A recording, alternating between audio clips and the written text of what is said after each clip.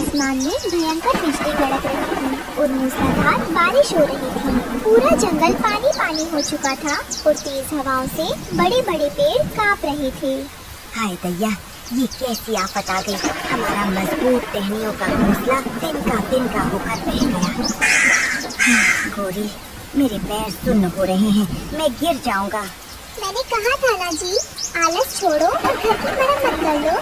देखो सामने उस गरीब रानो चिड़िया का घर नीली जादुई छतरी के अंदर कैसे चमक रहा है। उसके बच्चे मजे से सो रहे हैं। रानो चिड़िया अपने चमकदार वाटरप्रूफ नीले पॉलीथीन घर की खिड़की से लालटेन लेकर बाहर देखते हुए, कालू भाई, गोरी बहन, हिम्मत मत हारो, जल्दी से उड़कर मेरी इस डाल पर आ जाओ। यहाँ प्लास्टिक की छत के नीचे एक बूंद पानी भी नहीं आ रहा। आखिर रानो चिड़िया ने ये जादुई वाटरप्रूफ घर कैसे बनाया और अमीर कालू कौवे का घमंड कैसे टूटा, आइए देखते हैं। जंगल के सबसे ऊंचे पहाड़ पर एक प्राचीन सूखे पेड़ की डाल पर ज्ञानी उल्लू बाबा बैठे हैं। उनके चारों तरफ रानो चिड़िया, टुन्नू चिड़ा, कालू कौवा और गोरी कौवी बैठे हैं। ध्यान से सुनो जंगल के वासियों, मेरी पुरानी आँखों ने आसमान में काले बादलों का एक ऐसा चक्रव्यूह देखा है जो पिछले 100 सालों में नहीं दिखा। इस बार 7 दिनों तक बिना रुके महा मानसून की बारिश होगी। बाबा, 7 दिनों तक लगातार बारिश? तब तो हमारे छोटे छोटे तिनकों के घर बह जाएंगे। हमारे बच्चों का क्या होगा बाबा? अरे छोड़ो भी बाबा, आप हर साल बूढ़े होने के साथ साथ ज्यादा डरने लगते हो। मेरा घोंसला जंगल के सबसे मजबूत शाहबलूत के पेड़ पर है। मोटी मोटी टहनियों से बना है, उसे कोई तूफान नहीं छू सकता। हाँ बाबा, और हम ठहरे अमीर पक्षी, हमें तुम्हारी इस मजदूर चिड़िया की तरह डरने की आदत नहीं है। चलो जी, धूप अच्छी है, चलकर आराम करते हैं। आलस और घमंड विनाश के 2 पंख हैं कालू। जब कुदरत अपना रौद्र रूप दिखाती है तो मोटी टहनियाँ भी माचिस की तीली बन जाती हैं। जाओ और अपने घरों को सुरक्षित करो।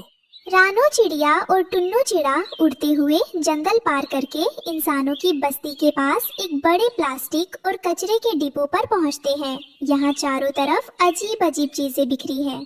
रानो, हम इतनी दूर इंसानों के इलाके में क्यों आए हैं? यहाँ तो सिर्फ बदबूदार प्लास्टिक और कचरा है। इससे हमारा घोंसला कैसे मजबूत होगा? टुन्नू जी, जरा नीचे देखो, वो नीली चीज कितनी अजीब है। मैंने इंसानों को देखा है, जब बारिश होती है तो वे इसे अपनी दुकानों पर डाल देते हैं और पानी इसके आर पार नहीं जाता।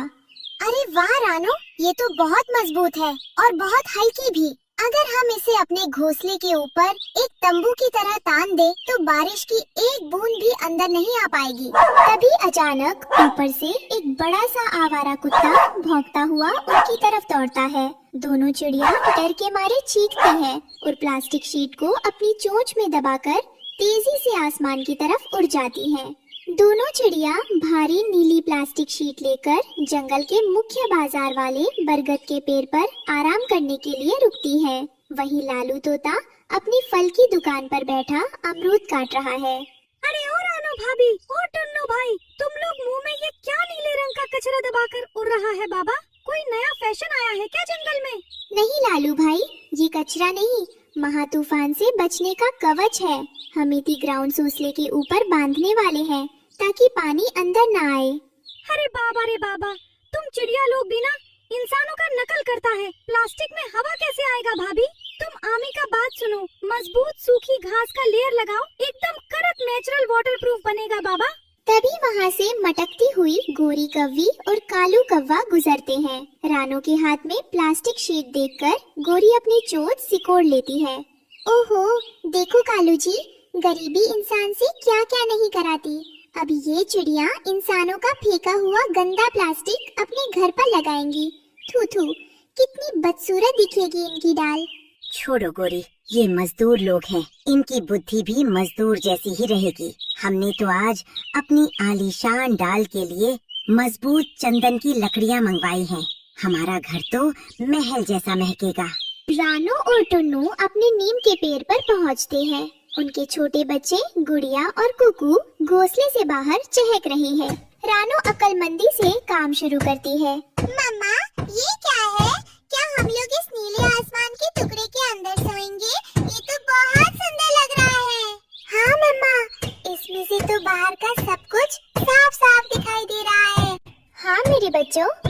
जी, आप मजबूत हरी लताओं को लेकर आइए। हम इस नीली चादर को चारों कोनों से डाल पर इस तरह बांधेंगे कि ये हमारे घोंसले को एक तंबू की तरह पूरी तरह ढक ले, पर नीचे से हवा आने का रास्ता खुला रहे। टुन्नू और रानो मिलकर दिन रात मेहनत करते हैं। वे मजबूत लताओं से प्लास्टिक शीट को नीम की डालियों में कस कर बांध देते हैं। अंदर एक छोटी लालटेन भी लटका देते हैं, जिससे पूरा घर जादुई नीली रोशनी से जगमगा उठता है। दूसरी तरफ जंगल के सबसे घने हिस्से में कालू कौवे का बड़ा घोंसला था। चंदन की लकड़ियाँ नीचे बिखरी पड़ी थी, लेकिन कालू और गोरी आराम से सो रहे थे। अजी सुनते हो, दोपहर हो गई, वो लकड़ियाँ बाहर ही पड़ी हैं। जरा उठकर उन्हें घोंसले के ऊपर ठीक से लगा दो। कल से मौसम खराब होने की बात कही गई थी। अरे भाग्यवान, सोने दो ना, अभी तो आसमान में एक भी बादल नहीं है। शाम को उठकर 2 मिनट में लकड़ियाँ ऊपर रख दूंगा। वैसे भी हमारा घोंसला इतना भारी है कि बारिश उसका कुछ नहीं बिगाड़ सकती। तभी अचानक आसमान में एक तेज गड़गड़ाहट होती है। दिन के उजाले में अचानक घना अंधेरा छा जाता है। तूफान अपनी तय समय सीमा से 12 घंटे पहले ही आ धमकता है। पहाड़ की एक सुरक्षित गुफा के मुहाने पर खड़े होकर बूढ़े उल्लू बाबा काले बादलों से घिरे आसमान को देखते हैं और गहरी चिंता में डूब जाते हैं। हे विधाता, हे कुदरत के रखवाले, इन मासूम परिंदों पर दया करना। तूफान तो अपनी तय समय सीमा से बहुत पहले आ गया। मेरे समझाने पर भी कुछ जीवों ने अपने घमंड और आलस में तैयारी नहीं की। ईश्वर, आज इस तबाही में भटके हुए पंछियों की रक्षा करना, उन्हें सही राह दिखाना। जंगल के छोर पर बने एक पुराने पीपल के पेड़ पर कोने में बंटी कबूतर का घोंसला है। तेज हवा के थपेड़े सीधे घोंसले से टकरा रहे हैं और दीवार के छोटे छोटे कंकड़ नीचे गिर रहे हैं। हे भगवान, रक्षा करना प्रभु। बंटी जी, देखिए ना, हवा के झोंकों से हमारा ये आशियाना हिल रहा है। अगर ये दीवार गिर गई तो हम सब मलबे में दब जाएंगे। मम्मी, मुझे बहुत डर लग रहा है। बाहर इतना अंधेरा क्यों हो गया? क्या हमारा घर टूट जाएगा? हिम्मत रखो बबली, भगवान पर भरोसा रखो। मैं इस तूफान को अपने बच्चों तक नहीं पहुंचने दूंगा। हे सच्चे बादशाह, इस आफत को टाल दो। हमारे पंख बहुत छोटे हैं दाता, अपनी कृपा की ओट दे दो। फूलों की सुंदर घाटी में एक बरगद की डाल पर बुलबुल चिड़िया का नाजुक घोंसला तेज हवाओं में झूले की तरह ऊपर नीचे लहरा रहा है। या खुदा, रहम कर मेरे मौला, मेरा ये छोटा सा आशियाना इस मूसलाधार बारिश को ज्यादा देर नहीं झेल पाएगा। हवाएं इतनी तेज है कि मैं उड़कर किसी दूसरी जगह भी नहीं जा सकती। तभी एक बहुत तेज हवा का झोंका आता है और बुलबुल के घोंसले का ऊपरी हिस्सा उखड़ जाता है। पानी सीधे अंदर गिरने लगता है। बुलबुल अपनी आंखें बंद करके पूरी ताकत से भगवान को पुकारती है। हे भगवान, मैं अकेली और कमजोर हूँ, पर तू तो सर्वशक्तिमान है। मेरे इस छोटे से घर को बिखरने से बचा ले प्रभु। आज सिर्फ तेरा ही सहारा है। हवाएं इतनी तेज चलने लगती है कि पेड़ों के पत्ते टूटने लगते हैं। जंगल के सभी पक्षी इधर उधर भाग रहे हैं। टुन्नू चिड़ा उड़कर बच्चों के लिए कुछ दाना लाने बाजार गया था, पर वो तेज हवा में फंस जाता है। हे भगवान, हवा इतनी तेज है कि मैं आगे उड़ ही नहीं पा रहा हूँ। मुझे किसी भी तरह अपने बच्चों और रानों के पास पहुँचना होगा। अगर मैं इस तूफान में खो गया तो वे अकेले क्या करेंगे? तभी एक बड़ा सा सूखा हुआ तिनका टुन्नू के पंख से टकराता है और वो नीचे एक गहरी झाड़ी में गिर जाता है। उधर नीम के पेड़ पर रानो खिड़की से बाहर टुन्नू का इंतजार कर रही है और उसका दिल बैठा जा रहा है। टुन्नू जी, आप कहाँ रह गए? बच्चे डर रहे हैं। बिजली बहुत तेज चमक रही है। मुझे खुद बाहर निकलकर उन्हें ढूंढना होगा।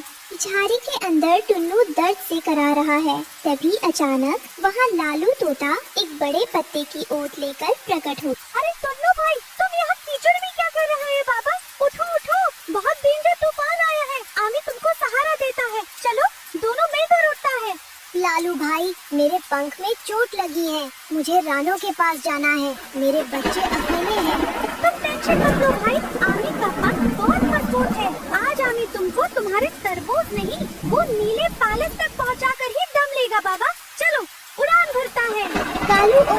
के शाबलूत के पेड़ पर बारिश का कहर टूट पड़ता है। चंदन की जो लकड़ियाँ उन्होंने नहीं बांधी थी वे तेज हवा में उड़कर उनके ही घोंसले पर चोट करने लगती हैं। हाय राम, ये लकड़ियाँ तो हमारे ही घोंसले को तोड़ रही है। पानी अंदर आ रहा है।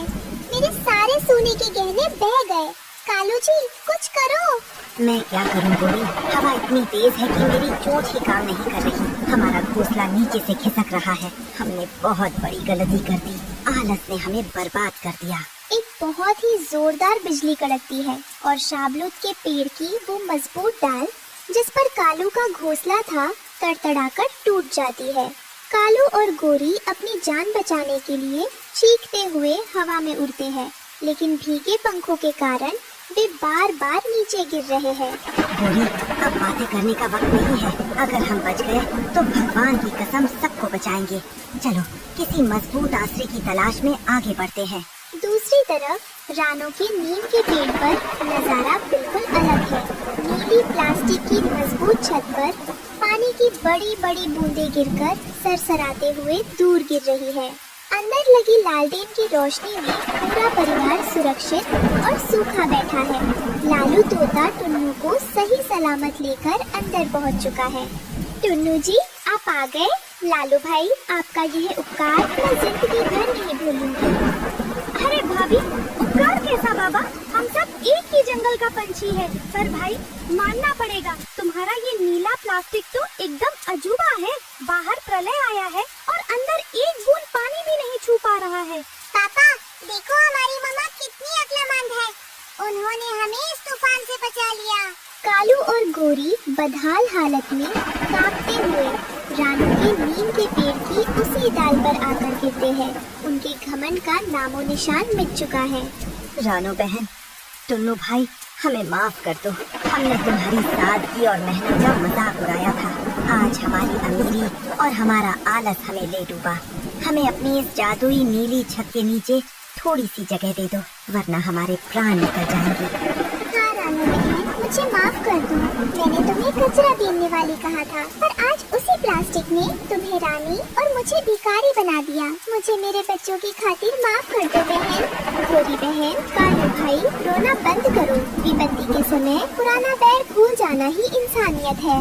ये घर सिर्फ मेरा नहीं है। मुसीबत में हर पंछी का इस पर हक है। अंदर आओ, यहाँ गर्माहट है। हाँ कालू भाई, बैठो। आलस इंसान का सबसे बड़ा दुश्मन है। आज कुदरत ने हम सबको एक बड़ा सबक सिखाया है। 7 दिनों के बाद आखिरकार तूफान थम जाता है। आसमान साफ हो चुका है और सुनहरी धूप खिली है। बरगद के पेड़ के नीचे पूरे जंगल की पंचायत बैठी है, जहाँ उल्लू बाबा मुख्य गद्दी पर है। तो जंगल के वासियों, इस महा तूफान ने हमें दिखा दिया कि असली समझदारी क्या होती है। कालू के पास धन था, मजबूत पेड़ था, पर उसने आलस किया। और रानो के पास सिर्फ मेहनत और सूझबूझ थी, जिससे उसने एक अनोखा आशियाना बनाया। उल्लू बाबा, आज से मैं अपना सारा घमंड त्यागता हूँ। रानो बहन ने न सिर्फ हमें पनाह दी, बल्कि हमारे भीतर के अज्ञान को भी दूर किया। आज से मैं जंगल के हर गरीब पंछी की मदद करूँगा। अरे वाह कालू भाई, ये हुई ना बात बाबा। अब तुम आलसी कौवा नहीं, समझदार कौवा कहलाएगा। और रानो भाभी के इस वाटरप्रूफ नीले महल का डिजाइन तो अमित पूरे जंगल में बांटेगा। हमेशा याद रखना भाइयों, दिखावे की मजबूती और पैसों का घमंड वक्त आने पर बिखर जाता है, लेकिन जो इंसान समय रहते अपनी सूझबूझ, मेहनत और कुदरत की चीजों का सही इस्तेमाल करता है, उसका आशियाना कभी नहीं उजड़ता। आलस छोड़कर कर्म करना ही सबसे सुरक्षित छत है। पूरा जंगल रानो चिड़िया के जयकारों से गूंज उठता है। कालू और गोरी रानो के साथ मिलकर नए घरों के निर्माण में जुट जाते हैं।